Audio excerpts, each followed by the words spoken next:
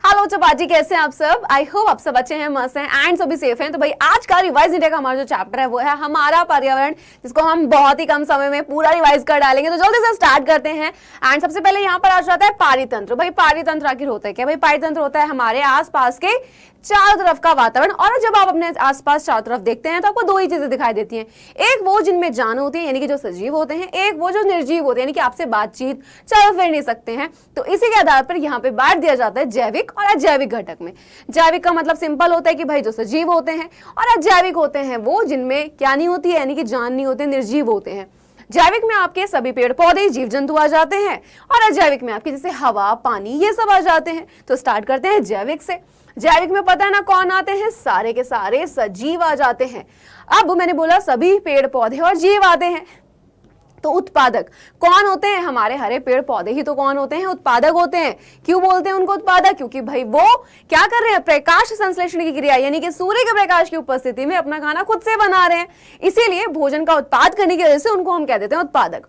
उपभोक्ता कौन होते हैं? जो दूसरों पर डिपेंड होते हैं, जैसे हम लोग। हम क्या है बेटा? अपने भोजन के लिए दूसरों पर डिपेंड है, और जो दूसरों पर निर्भर होते हैं अपने भोजन के लिए उनको हम कह देते हैं उपभोक्ता। अब घटक कौन होते हैं भाई? जैसे जीवाणु और कवक, यानी कि जो मरे सड़े गले इन सब से अपना भोजन प्राप्त करते हैं उनको हम अपघटक कह देते हैं। अजैविक घटक पता ही है, हवा हो गया, पानी हो गया, ये सब किस में आ जाते हैं? अजैविक घटक में। और जैविक और अजैविक घटक मिलकर किसको बना रहे हैं? हमारे पर्यावरण को। ठीक है। अब पारितंत्र के भी प्रकार होते हैं, जैसे प्राकृतिक और मानव निर्मित। प्राकृतिक वो होता है जो मानव, अगर मैं बात करूं, उनके द्वारा बनाया हुआ नहीं होता है। मानव निर्मित वो होता है जो मनुष्य के द्वारा क्या होता है? बनाया गया होता है। आहार श्रृंखला क्या है? आपने देखा है कि भाई सभी जीवों को खाने की जरूरत है। एक जीव खाएगा दूसरे को, दूसरा खाएगा तीसरे को। फॉर एग्जाम्पल घास है, घास को कौन खाएगा? एक शाकाहारी जीव खाएगा, है ना। अब वहां पे फॉर एग्जांपल हमने कहा कि भाई हिरन ने खाया, और जैसे हिरन खा लेगा हिरन को कोई और आगे खा लेगा। फॉर एग्जांपल शेर ने खाया तो एक दूसरे को खा लिया। तो आहार श्रृंखला क्या है? जिसको हम खाद्य श्रृंखला भी कह देते हैं, यानी कि भाई वो श्रृंखला जिसमें जीव आखिर बेटा करते क्या है? एक दूसरे को खाते हैं और एक पूरी की पूरी श्रृंखला का निर्माण कर देते हैं, जिसको हम कहते हैं आहार श्रृंखला। सिंपल कोई भी एग्जाम्पल लिख सकते हैं आप यहाँ पे, जैसे घास, घास को हिरन ने खाया, हिरन को किसने खाया? शेर ने। बस इस तरीके से ओके है। आगे की बात करते हैं। यहाँ पे क्या है पॉइंट कि भाई आहार श्रृंखला एक ऐसी श्रृंखला है जिसमें एक जीव दूसरे जीव को भोजन के रूप में खाते हैं। यहाँ पे आपको एग्जाम्पल भी वही दिया जो मैंने आपको बताया है। अब क्या बोल रहे हैं कि एक आहार श्रृंखला में उन जैविक घटकों को जिनमें ऊर्जा का स्थानांतरण होता है पोषक स्तर कहलाते हैं। बिल्कुल, अगर मैं बात करूं सबसे पहले नंबर पोषक स्तर पे कौन आता है भाई? आपका उत्पादक आता है बेटा। उत्पादक कौन है? हरे पेड़ पौधे। तो ये किस पोषक स्तर पर हो गए? आपके प्रथम पोषक स्तर पर हो गए। क्लियर? यानी कि उत्पादक प्रथम पोषक स्तर पर है। अब उत्पादक को हमें पता है कौन खाएगा? शाकाहारी। शाकाहारी कौन है? उपभोक्ता। वो दूसरे पर डिपेंड है, किस पे? पेड़ पौधों पर। तो शाकाहारी क्या हो गया? द्वितीय पोषक स्तर हो गया। क्लियर? इस तरीके से तृतीय चतुर्थ बन जाता है। तो ये होते हैं पोषक स्तर। और याद रखना कि आहार श्रृंखला में क्या होता है? ऊर्जा का जो स्थानांतरण होता है वो एक ही दिशा में होता है। क्लियर? यहां से एक ऑब्जेक्टिव निकलता है, वो है ये कि हरे पौधे जो होते हैं वो सूर्य की ऊर्जा का कितने प्रतिशत भाग जो होता है उसको, यानी कि जो पत्तियों पर पड़ता है अवशोषित करते हैं, तो 1%। क्लियर? 10% का नियम क्या कहता है? तो भाई 10% का नियम ये कहता है कि अगर एक पोषक स्तर से दूसरे पोषक स्तर में जाते हैं तो 10% ऊर्जा का स्थानांतरण हो जाता है। खत्म। आहार जाल, बहुत सारी आहार श्रृंखलाएं मिल गई, आहार जाल बना दिया। अब सोचो कि कोई एक जीव है, उसको एक ही जीव तो नहीं खाएगा। फॉर एग्जांपल घास है कि सिर्फ हिरन ही खा सकता है और कोई नहीं खा सकता। भाई बकरी भी खाती है, और भी जीव हैं शाकाहारी जो खाते हैं। तो बहुत सारी आहार श्रृंखलाएं आपस में मिल जाती हैं और आहार जाल को बना देती हैं। और याद रखना कि आहार जाल जो होता है बच्चा, आहार जाल को हम लोग खाद्य जाल भी कह देते हैं। जैवावर्धन। अब सोचो एक पौधा है ना, एक पौधा है, इस पौधे में कुछ केमिकल छिड़का। अब सोचो एक शाकाहारी आया, उसने इस पौधे को खाया, तो भाई उसकी बॉडी में गए वो केमिकल, इसको किसी और ने खाया, गए, तो क्या हुई? रसायनों की वृद्धि, और इसी को हम जैवावर्धन कहते हैं। प्रॉपर डेफिनेशन क्या होगी कि आहार श्रृंखला में हानिकारक रसायनों की मात्रा में एक पोषक स्तर से दूसरे पोषक स्तर में जाने पर क्या हो जाती है? उनमें वृद्धि होती है। इसे हम जैव आवर्धन कह देते हैं। ऐसे ही अगर हम बात करें रसायन जो होते हैं उनकी सबसे अधिक मात्रा किसमें होती है? मानव शरीर में होती है। क्लियर? ओजोन परत, ओजोन की अगर मैं बात करूं, देखो पृथ्वी पर अगर हम ओजोन की बात करते हैं तो ये गैस के रूप में पाई जाती है। इसको हम लिखते हैं O3। क्लियर। ऑक्सीजन के कितने 3 परमाणु मिलते हैं और आपका किसका, आपका अगर हम बात करें जो ओजोन है इसका एक अणु बना देते हैं। मैंने क्या बोला, पृथ्वी पर गैस के रूप में है, लेकिन जैसे ये वायुमंडल में जाते एक परत बना देती है तब हम इसे कहते हैं ओजोन परत।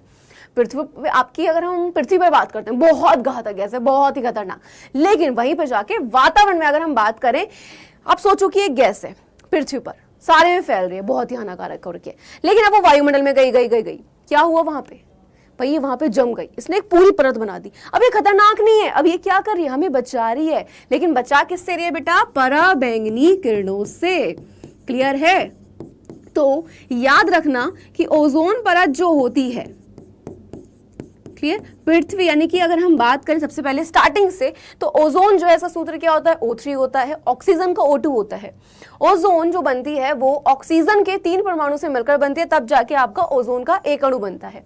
पृथ्वी पर घातक गैस के रूप में है, लेकिन वायुमंडल में जाएगी तो एक परत बना देगी, जब हम इसे कहते हैं ओजोन परत, तब यह हमारे लिए बहुत ज्यादा लाभदायक होती है और हमें पराबैंगनी किरणों से बचाती है। बिकॉज ये जो किरणें होती हैं बहुत ही ज्यादा हानिकारक होती है हमारे स्किन के लिए, है ना, यानी त्वचा कैंसर, मोतियाबिंद, ये सब क्या कर सकती है, अगर हम बात करें किसी इंसान में बहुत सारी इस तरह की बीमारियां ये ला सकती है। इवन सिर्फ अगर हम बात करें इंसानों में नहीं बेटा, जितने भी जो पेड़ पौधे होते हैं उनमें भी क्या करते हैं ये, या कहीं ना कहीं इफेक्ट डालते हैं, जिसकी वजह से उनमें वृद्धि या फिर जो प्रॉपर तरीके से क्रियाएं होनी चाहिए वो रुक जाती हैं।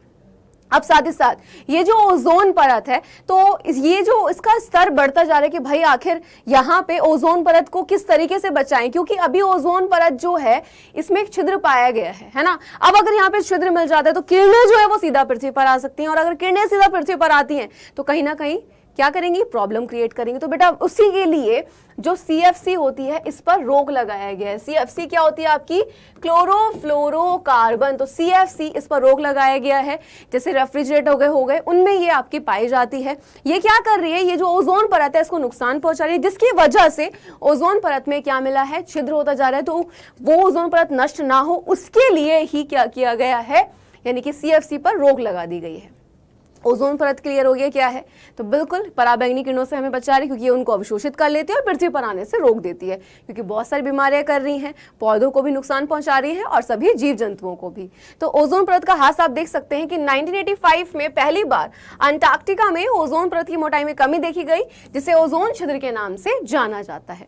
आगे आ जाइए, 1987 में संयुक्त राष्ट्र पर्यावरण कार्यक्रम, यानी कि भाई जो मैंने पॉइंट अभी बताया है बस वही पॉइंट है कि भाई CFC पर क्या कर दिया जाए, रोकथाम कर दिया जाए इसके उत्पादन पर। ठीक है, तो CFC के उत्पादन को 1986 के स्तर पर ही सीमित रखा जाए। एंड लास्ट पॉइंट है आपका, लास्ट टॉपिक बिल्कुल इस चैप्टर का जो हो जाता है वो हो जाता है कचरा प्रबंधन। कि भाई कचरा है, आप सोचो कि अगर सब जगह फैला रहेगा कितना नुकसान पहुंचाएगा, कितनी खतरनाक गैसें निकलती हैं, अलग अलग तरह की बीमारियां कर सकता है। तो कचरा प्रबंधन क्या है कि कचरे का निपटारा किस तरीके से किया जाए। अब कचरे में ना 2 तरीके की चीजें होती हैं। पहली होती है जैव निम्नकरणीय। तो बेटा जैव निम्नकरणीय क्या होती है कि जिन पर सूक्ष्मजीव क्रिया कर दें और वातावरण से पूरे तरीके से हटा दें। जैसे आपका कागज हो गया, सूती कपड़ा। वहीं पर सेकंड पॉइंट आ जाता है आपके अजैव निम्नकरणीय का। अजैव निम्नकरणीय पदार्थ वो होते हैं जिन पे सूक्ष्मजीव क्रिया नहीं कर सकते और ये वातावरण के लिए बहुत खतरनाक होते हैं, जैसे प्लास्टिक, पॉलिथीन। बैन लगा था पॉलिथीन पे, है ना, अभी भी है। तो क्यों? क्योंकि भाई इनको अगर हम जलाते हैं तो बहुत खतरनाक गैस निकलेगी, जिससे सांस संबंधित बीमारियां हो जाएंगी। और साथ साथ अगर हम इनको ऐसे छोड़ देते हैं वातावरण में तो ये ना नष्ट होंगी ना इनका कुछ किया जा सकता है। तो इनका निपटारा बहुत ही ज्यादा जरूरी हो जाता है। तो यहाँ पे बहुत सारी विधियां अपनाई जाती हैं, जैसे जैव मात्रा संयंत्र। तो जैव निम्नकरणीय पदार्थ के लिए ही इसमें क्या किया जाता है कि संयंत्र के द्वारा जैव मात्रा एवं खाद में परिवर्तित किया जाता है। और आपको पता है कि जो हमारे पौधे होते हैं उनके लिए खाद कितनी जरूरी होती है। सीवेज की बात करते हैं, यानी कि सीवेज उपचार तंत्र। तो नाली के पानी को नदी में जाने से पहले इस तंत्र के द्वारा संशोधित किया जाता है कि ताकि जो नदियों में पानी जा रहा है वो गंदा पानी ना जाए। कूड़ा भराव क्षेत्र, कचरे को क्या किया जाता है, निचले क्षेत्रों में डाल दिया जाता है और दबा दिया जाता है। एक टाइम बाद वो खाद बन जाती है।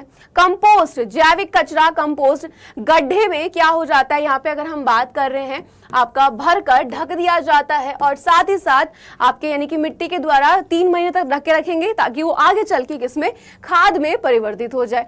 पुनर्चक्रण, जितना भी अजैव निम्नकरणीय पदार्थ होते हैं इसका क्या किया जाता है, वापस से पुनः इस्तेमाल किया जाता है और नए पदार्थों में बदल दिया जाता है। पुनः उपयोग, यानी कि भाई जो चीजें बार बार यूज में आ सकती हैं तो उनको हम यूज क्यों नहीं कर रहे हैं, तो उनको भी बार बार यहाँ पे यूज करने की सलाह दी जाती है। ये था भाई बिल्कुल इस चैप्टर का लास्ट टॉपिक एंड देखा हमने कितने कम समय में पूरा का पूरा रिवाइज कर लिया। तो मिलते हैं एक न्यू क्लास में एक न्यू चैप्टर के रिविजन के साथ, तब तक के लिए bye bye and take care.